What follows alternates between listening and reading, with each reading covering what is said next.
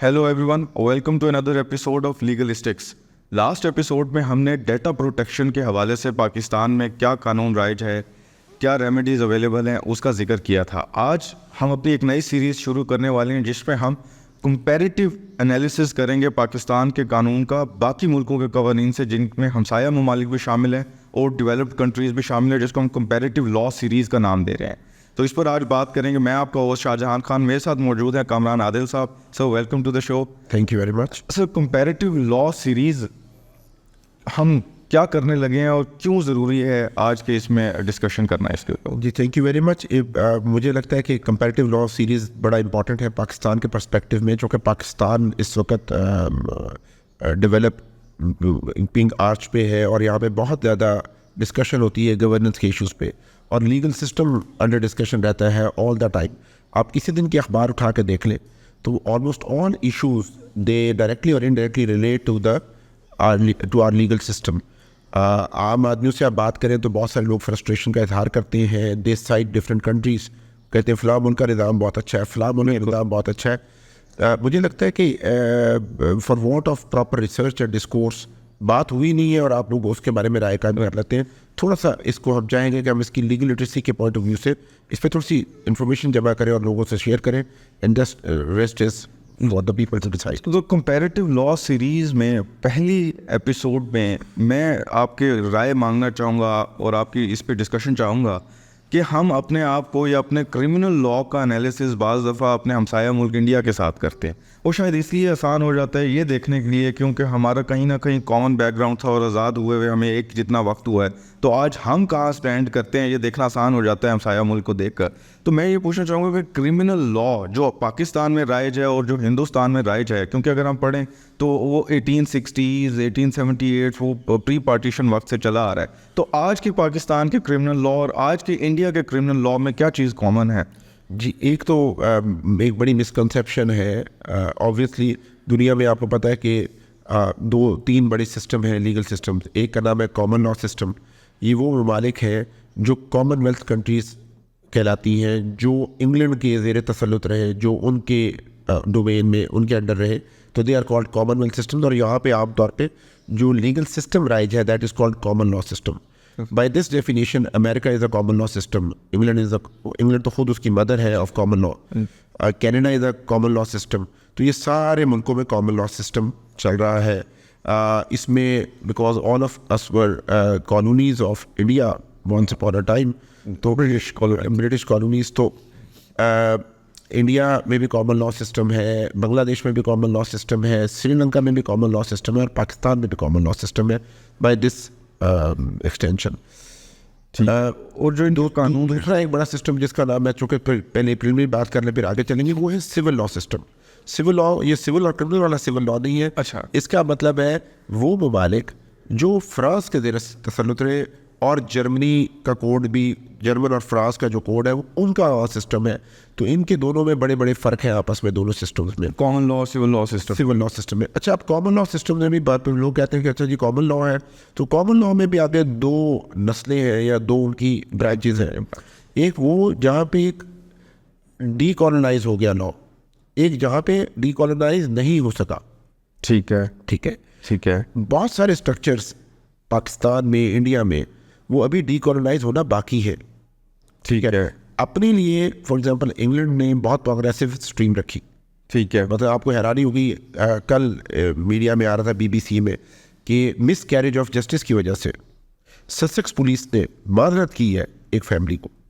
दो बच्चियाँ 1986 में कत्ल हुई और उसकी उनको जिस बंदे ने कत्ल किया उसको पुलिस ने उस वक्त इन्वेस्टिगेट किया और जाने दिया। और उसके बाद एक और वाक़या हो गया 1990 में, उसके बाद वो बंदा गिरफ्तार हुआ और बाद में DNA मैच से जब DNA की टेक्नोलॉजी आ गई, वो बंदा दोबारा उस पहले 86 वाले मुकदमे से, तो उस पर ससेक्स पुलिस के चीफ ने कल अपोलोजाइज़ किया। ये BBC की एक लेट स्टोरी। उस वक्त 86 में 80s में हमसे गलती हुई थी, उसकी 1986 में गलती हुई थी। तो मिस कैरेज ऑफ जस्टिस का एक बहुत बड़ी जूरिस्प्रूडेंस पूरी दुनिया में इमर्ज हो रही है। ठीक है, हमारे मुल्क में भी अभी हमने देखा, सुप्रीम कोर्ट ने कुछ केसेस में ऑब्जर्व किया कि मिस कैरेज ऑफ जस्टिस कितना बड़ा इशू है, कितना बड़ा एरिया है। और वहाँ पे उन्होंने डबल जेपर्डी, जो मैं आपको केस बता रहा हूँ जिसमें पुलिस ने माजरत की है, उसमें डबल जेपर्डी जो कि कॉन्स्टिट्यूशनल एक कॉन्सेप्ट है, उसको उन्होंने ब्लॉक करके उसको उसकी एक्सेप्शन क्रिएट की है इस केस क्या जो जस्टिस के हवाले से। तो ये एक नई उन्होंने अपने लिए डिफरेंट सेट किए हुए स्टैंडर्ड्स। और जो मुल्क कॉलोनाइज हुए थे, इंडिया, पाकिस्तान, श्रीलंका, बांग्लादेश, हमारा चैलेंज रहा है to come out of colonised common law. बिल्कुल दोस्त है। तो इसको फिर आप डीकॉलोनाइज्ड और कॉलोनाइज्ड कॉमन लॉ की बात अगर साथ रख के करेंगे तो you will have a better visibility of this. तो इसमें ये बड़ा इसका लैंडस्केप है, और इसमें रहते हुए फिर हम कॉमन लॉ के लोग हैं और इनके फिर कंपैरिजन पे बात करेंगे। जो पाकिस्तान और इंडिया का कानून है, क्योंकि मैं पढ़ रहा था पाकिस्तान में भी Pakistan penal code criminal law के वाले से पाकिस्तान पीनल कोड 1860 का जिक्र आता है।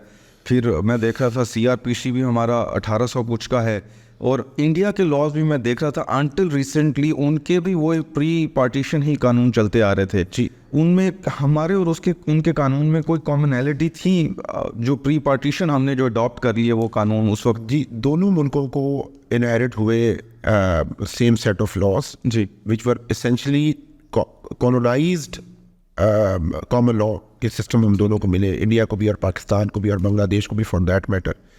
अब दोनों के लिए चैलेंज था और आज भी ये चैलेंज है। और आप खुद प्रैक्टिसिंग लॉयर हैं, आप अभी भी सुनते हैं कि आज भी ये डिस्कशन होती है कि वी हैव टू डीकॉलोनाइज। हाँ जी, हाँ जी। तो उसमें इंडिया में भी इस पर बहुत बात हुई, पाकिस्तान में भी बात हुई। इंडिया में उसकी दो लिम्स हैं। एक उन्होंने कहा कि हम सिविल लॉ अपना सारा यूनिफाइड कोड पे ले जाएंगे। यूनिफाइड कोड का मतलब ये है कि सब लोगों के लिए इर्रिस्पेक्टिव ऑफ देयर रिलीजन, सब लोग हिंदू मुसलमान उन सबका फैमिली लॉ एक होगा, ठीक है, उन सबका कॉन्ट्रैक्ट लॉ एक होगा। सो पर्सनल लॉ नहीं होगा, रिलीजन बेस्ड लॉ नहीं होगा। इसीलिए वहाँ पे बहुत ज़्यादा इस पर डिस्कशन वहाँ पे इंडिया में हो रही है। बल्कि आपके नोटिस में होगा कि इंडिया में इट्स अ कॉन्स्टिट्यूशनल प्रोविजन कि सिविल को उन्होंने यूनिफाइड बदला है। बिल्कुल। क्रिमिनल जस्टिस जो जब क्रिमिनल लॉ की बात आती है तो उस पर उन्होंने बड़ा काम किया है। हमारे मुल्क में भी इस पर बहुत काम हुआ है। पर हमारे अगर आप देखें तो आपको 3 वेव्स मिलेंगी बड़ी लार्जर। मैं क्रिमिनल लॉ की बात कर रहा हूँ। एक आपको वेव मिलती है 70s के एंड पे, जिसके अंदर हदूद लॉज इकट्ठे इंट्रोड्यूस करवाए गए। 4 हदूद लॉज इकट्ठे ऑर्डिनेंसेस की शक्ल में इंट्रोड्यूस कराए गए 79 से लेकर। वो चलते हैं, सबसिस्ट करते हैं for a longer period of time. फिर 2004 में वो लॉज आज भी रिपील नहीं हुए, बल्कि उनके कुछ क्लॉजेस को ओमिट कर दिया गया। लॉ रिपील नहीं हुआ, बल्कि उनके कुछ दफात को हज़फ कर दिया गया। तो आज भी स्टैचूट बुक पे तो आपको मिलेंगे हदूद लॉज, लेकिन उनके कुछ ऐसे जिनके टीथ थे वो कम कर दिए गए। ठीक है। और उसके बाद 2004 में वुमेन प्रोटेक्शन एक्ट आया, और फिर अलाइनमेंट हुई है पाकिस्तान के लॉज की। फिर सेकंड वेव आती है और उसमें इंटरनेशनल ह्यूमन राइट्स लॉ के साथ इसकी अलाइनमेंट होती है, which is an effect of post cold war era सारा। ठीक है। और उसके बाद जो थर्ड वेव आती है वो आपको अभी रिसेंटली देखने को मिलती है, जब एंटी रेप एक्ट 2021 आया। थ्रू स्पेशल लॉज हमने फिर और नई चीज़ें इंट्रोड्यूस कराई। इसमें मैं ज़रूर जिक्र करूँगा, पहली वेव हदूद लॉज वाली 79 वाली, फिर बड़ी वेव आई 89 में जिसमें के साथ दियत का कानून इंट्रोड्यूस कराया गया, और तीसरी अब जो वेव आई वो 2004 onwards alignment with international human rights laws. ठीक है, 3 बड़ी वेव्स हमारे क्रिमिनल लॉ में नज़र आती हैं। हमारे क्रिमिनल लॉ में ये हुई, जैसे आपने बताया कि लॉ तो हम एक ही लेकर चले पोस्ट कॉलोनियल एरा जो हमारा स्टार्ट हुआ। इंडिया ने अपने लॉज में क्या इंट्रोड्यूस करवाया, नई चीज़ें क्या आई हैं, उन्होंने लॉ कितना चेंज किया है, और उसके फिर कंपैरेटिव के पाकिस्तान ने उसके साथ साथ। इंडिया में लॉ कमीशन ने बड़े रेगुलरली काम किया है, ठीक है, और बड़ी बड़ी रिपोर्ट्स, उनकी बड़ी ज़ख़ीम किस्म की रिपोर्ट्स अवेलेबल हैं, वेबसाइट पे भी अवेलेबल हैं, और everybody can look at them. उनके यहाँ डिफरेंट किस्म के चैलेंजेस थे। उसमें उन्होंने अपना, फॉर एग्जांपल, उन्होंने अपना प्रोसीजर था क्रिमिनल प्रोसीजर कोड जो कि 1898 का था, उसको उन्होंने 1973 में रीराइट किया। 1973 में। इसी तरह उन्होंने अपने कई लॉज जो थे बच्चों के बारे में, औरतों के बारे में, आपको पता है दिल्ली को कहा जाता है कैपिटल ऑफ रेप। जी, काफ़ी ज़्यादा वहाँ पे रेप का बहुत इशू बना, सेक्सुअल ऑफेंसेस का बहुत इशू बना। GBV बहुत बिग इशू पाकिस्तान में भी है, और यहाँ भी उस पर काफ़ी काम हुआ। तो दोनों मुल्कों में हुआ, पर यह सारा काम रिस्पॉन्सिव इन नेचर है। तो बड़ा क्या होता है उस नतीजे में, हाँ जी, कोई सेल्फ सस्टेन डिटेल्ड स्टडी जो एम्पिरिकल हो, which is based on larger उसको, वो अभी we have yet to C.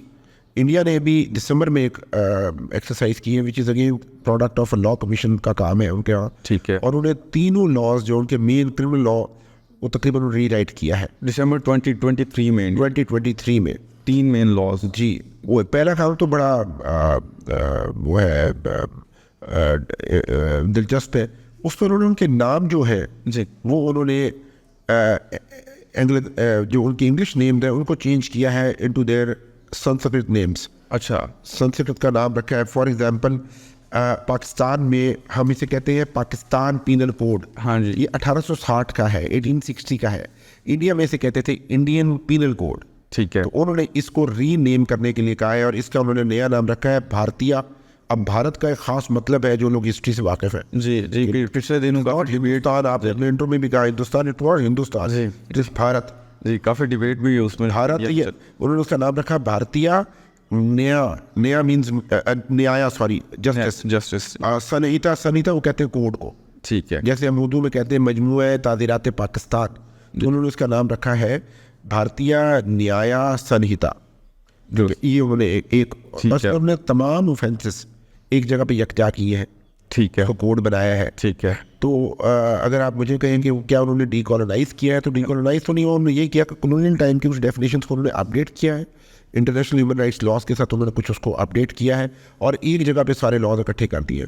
For example हमारे मुल्क में आपको पता है कि टेररिज्म का एक्ट सेपरेट है, टेररिज्म एक्ट 1997 है।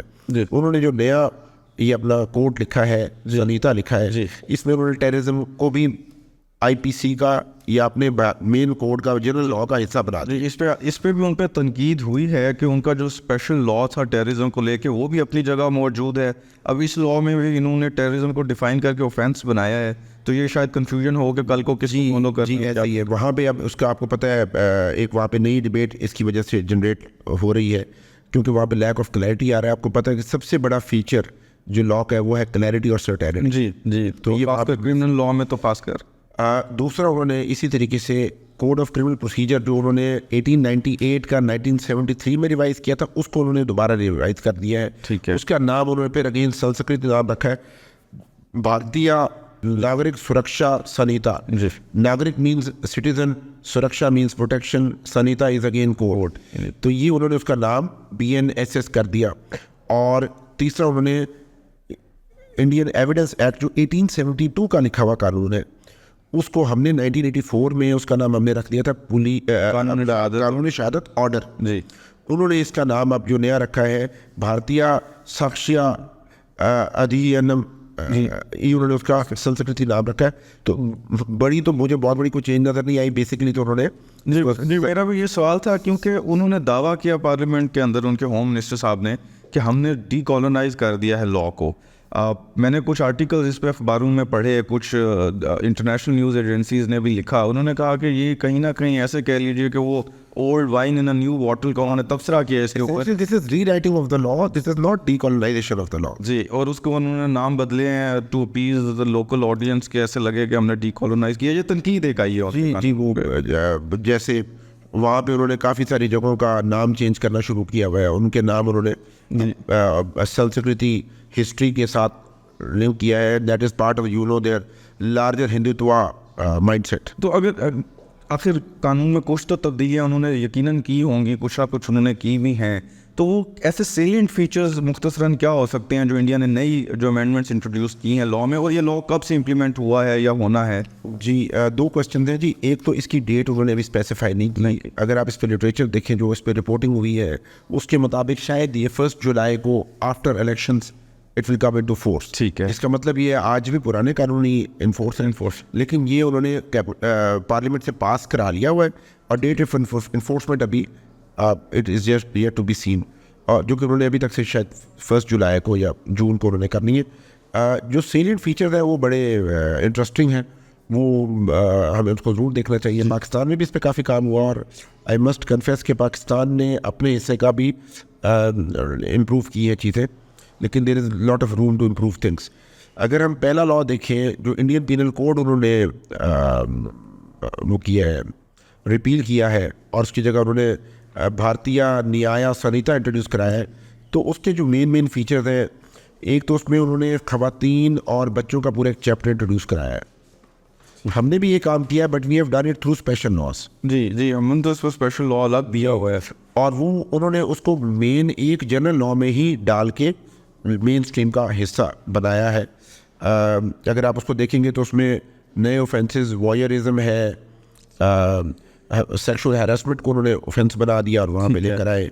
इसी तरह से स्टॉकिंग उन्होंने बीच में डाला। स्टॉकिंग हम 2016 में साइबर स्टॉकिंग के नाम से सेक्शन 24 पीका में इंट्रोड्यूस करा चुके हुए हैं। अच्छा, पाकिस्तान में ये ऑलरेडी है 2016 से। मैं क्योंकि जब मैंने इसको पढ़ा, जब इसके मैंने सेक्शंस देखे तो इसके सेक्शन 78 में इंडिया ने इंट्रोड्यूस करवाया है स्टॉकिंग को, जिसके अंदर इन्होंने जिक्र किया, अगर मैं इसको पढ़ देता हूँ कि any man who follows a woman and contacts or attempts to contact such women to foster personal interaction repeatedly, despite a clear indication of disinterest by such women, or monitors the use by a woman of the internet, email or any other form of electronic communication, commits the offense of stalking। और आगे उन्होंने 3 साल की सज़ा दी। क्योंकि हम अपने आसपास भी काफ़ी ज़्यादा ये शिकायत देखते हैं कि बाज़ारों में, मार्केट में, घरों में इवन लोगों को घूरते हैं, यहाँ पे नौजवान या कोई भी लोग घूरते हैं, स्टॉक करते हैं, या उनकी प्रोफाइल्स को इंटरनेट पे स्टॉक करते हैं, ट्रैक करते हैं उनकी सारी एक्टिविटीज़ को, जिससे ज़ाहिर है कि एक अनकंफर्टेबल सिचुएशन ख़वातीन के लिए पैदा हो जाती है। तो उसको लेकर पाकिस्तान के अंदर कितनी कोई स्ट्रिक्ट पनिशमेंट है? क्योंकि इंडिया बज़ाहिर कागज़ों में तो ऐसा लगता है कि इस चीज़ को काफ़ी सीरियसली अब ले रहा है। नहीं, हमने तो, मैं समझता हूँ हमने इसको बाइफरकेट किया हुआ है। इसमें इन्होंने साइबर बुलिंग, साइबर स्टॉकिंग और आर्म स्टॉकिंग को मिक्स कर दिया। हाँ, ठीक है। हमारे पास cyber stalking is a separate category of offence, और स्टॉकिंग का नाम अदरवाइज वो क्रिमिनल इंटिमिडेशन सेक्शन 506, 506(2) हमारे पास ऑलरेडी मौजूद था। उसको मैं उसको ये नहीं कह रहा कि it is sufficient, it must be improve, इसको ऐड करने की ज़रूरत है। लेकिन अगर कंपैरेटिव टर्म्स में बात करें तो हमारे पास ये दोनों ऑलरेडी मौजूद है। उन्होंने सज़ा 3 साल रखी है। आपको पता है कि हमारे पास भी सज़ाएँ बहुत अच्छी नहीं है, हमें क्वांटम ऑफ पनिशमेंट बढ़ाने की ज़रूरत है, क्योंकि इसका ताल्लुक है बेलों के साथ। जी जी, आपसे लोग रोज़ कहते हैं, एज ए पुलिस ऑफिसर लोग मुझसे कहते हैं कि बंदा पकड़ा और छोड़ दिया। आपने नहीं छोड़ा। आपके मुल्क का बेल का कानून ही है कि 3 साल से कम अगर है तो it is considered as a minor offence. जी, वो bail as a matter of right bail मिलेगी, जी, no matter what is the seriousness of the matter. ये भी एक मिसकंसेप्शन लोगों को रहती है कि जो मुकदमा ख़त्म हो गया, वो शख्स बाहर आ गया, वो इनफैक्ट बेल पे बाहर आया होता है। तो सब्सटेंटिव लॉ, जो लॉ कानून का मगज़ है, और जो प्रोसीजर्स है, दोनों को साथ मिला के पढ़ेंगे तो आपको आउटकम का पता लगेगा, और फिर आप उसको बेटर अंडरस्टैंड कर सकेंगे और बेटर असेसमेंट कर सकेंगे उसकी। हम इंडिया की लॉज देख रहे थे, उन्होंने एक जो नया काम किया, आपको शायद आपके नोटिस में, वो 2001 में एक convention on organise crime international UN ने पुश करके बनाया। उसका नाम है ऑर्गेनाइज क्राइम का। उसमें मनी लॉन्ड्रिंग को डाला गया, ट्रैफिकिंग इन पर्सन को डाला गया, और उसमें डाला गया स्मगलिंग ऑफ माइग्रेंट्स को। लेकिन इन्होंने ऑर्गेनाइज क्राइम की एक नई डेफिनेशन दी है, जिस पे उन्होंने vehicle theft, extortion, land grabbing, contract killing, ये जो भत्ते पे लोगों को फिल्मों में जैसे सुपारी देने की बात होती है, इकोनॉमिक ऑफेंसेस, साइबर क्राइम, ये सब चीज़ें उन्होंने ऑर्गेनाइज क्राइम के अंदर डाल के, ऑर्गेनाइज क्राइम के सिंडिकेट में अगर कोई उसका ऑर्गेनाइज क्राइम का मेंबर है तो इज़ लाइबल टू पनिशमेंट। उसकी फिर इन्होंने स्केलिंग कर दी, मुख्तलिफ किस्म की सेंटेंसेस, सज़ाएँ बढ़ा दी, हैबिचुअल ऑफेंडर्स को बेसिकली टारगेट किया। ठीक है। एक बहुत बड़ा क्रिमिनोलॉजी में कॉन्सेप्ट है जिस कॉल्ड रेसिडिविज्म। अगर आप एक ऑफेंस बार बार, बहुत सारा मतलब ऐसा होता है कि अब कार चोरी जितने लोग बहुत सारे कर रहे हैं वो हैबिचुअल ऑफेंडर्स हैं। हाँ जी, वो तो देयर प्रोफेशन। जी, ठीक है। एक 200 400 गाड़ियाँ चुराई हुई। जी बिल्कुल ऐसे। तो हैबिचुअल ऑफेंडर्स के बारे में अभी कल सुप्रीम कोर्ट ने एक ऑर्डर लिखा है, जिसमें उन्होंने तमाम सूबों की एडवोकेट जनरल्स को नोटिस किया है। उसमें एग्जैक्टली यही क्वेश्चन है कि कंपाउंडिंग कर ली एक आदमी ने और हैबिचुअल ऑफेंडर है, तो उसको कैसे रिकनसाइल किया जाए। इस पर सब सूबों से और इस्लामी नजरियाती काउंसिल से, उन्होंने चूँकि इसमें इस्लामिक लॉ के भी इशूज थे, they have invited their views on that. अभी वो it is yet to come up.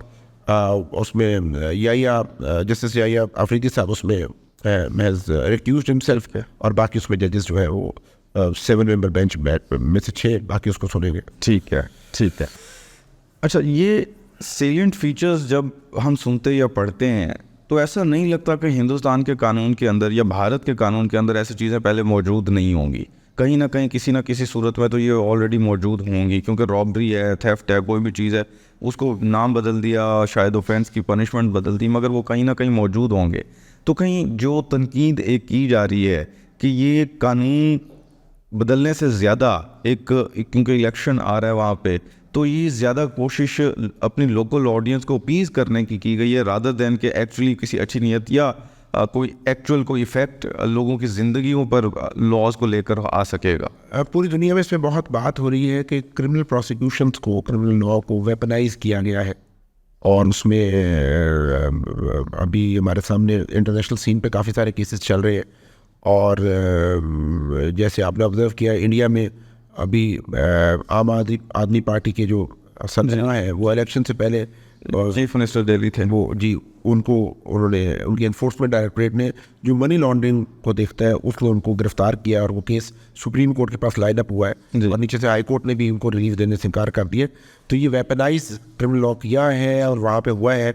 हम सब जानते हैं गुजरात में क्या हुआ। इसमें एक तनकीद है कि सेडिशन में उन्होंने कहा कि जो यूनिटी इंटेग्रिटी के ऊपर भी बात करेगा या उसको खतरा पहुंचाएगा तो वो भी इस जो उनका मुरतकब होगा। जी, उन्होंने लॉज में तो अल्फाज काफ़ी डाले। आपको पता है कि कॉमन लॉ का एक अच्छा फीचर ये है कि जुडिशरी के पास बहुत सारा स्कोप होता है चीज़ों को टेस्ट करने का, जुडिशल रिव्यू हो सकता है। सिविल लॉ साइड पे तो ये वाली लग्जरी हासिल नहीं है। इट्स अ बिग लग्जरी कि पार्लियामेंट कानून बनाए और कुछ कवानीन को फंडामेंटल राइट्स के अगर वो टकराव में आ रहे हो तो आपका हाई कोर्ट या सुप्रीम कोर्ट उसको स्ट्राइक डाउन कर दे। अभी आपके नोटिस में है कि marriage restraint act, child marriage restraint act of 1929 जी was struck down by justice Shahid Karim साहब जी। वो उसकी डिस्क्रिमिनेशन किसी ग्राउंड थी, बेटी की और 16 साल लड़का लड़की की उम्र में फ़र्क था। आपका इंटरनेशनल लॉ में जो आपने कमिटमेंट की हुई है, जो UN convention on the rights of children है 1989 का, उसके तहत जब आपने जुवेनाइल जस्टिस सिस्टम एक्ट बनाया 2018 का, तो उसमें आपने 18 साल उम्र रखी, तो रेकनसाइल ही नहीं होता जी। तो उसकी वजह से उसको स्ट्रक डाउन किया है, और आपकी इंटरनेशनल ऑब्लिगेशंस के साथ उसका मुकाबला है। तो ये चीज़ें साथ साथ फिर चलती रहती है। तो करेक्टिव मैयर्स खुद ब खुद सिस्टम ले रहा है, लीगल सिस्टम। लीगल सिस्टम का मतलब सिर्फ पार्लियामेंट नहीं है, इसका मतलब सिर्फ एग्जेक्टिव नहीं है, इसका मतलब साथ में जुडिकेचर भी है। बहुत सारे लोग आपकी वसात से जुडिकेचर और जुडिशरी को इकट्ठा करते रहते हैं। जुडिशरी इज अदलिया, जुडिकेचर इज निज़ाम अदल। Constitution of Pakistan talks about judicature, पूरा चैप्टर का नाम जुडिकेचर है। Judiciary is one limb of judicature. दुरुस्त हो गया। सो ये तो वक्त साबित करेगा कि कितना ये इफेक्टिव रहा ये कानून, या इसके कोई पॉलिटिकल मकासद थे। आप भी अपना फीडबैक इसके ऊपर ज़रूर देते जाइएगा। कंपैरेटिव लॉ सीरीज़ की नई एपिसोड के साथ आपके पास दोबारा हाजिर होंगे। आपका बहुत बहुत शुक्रिया।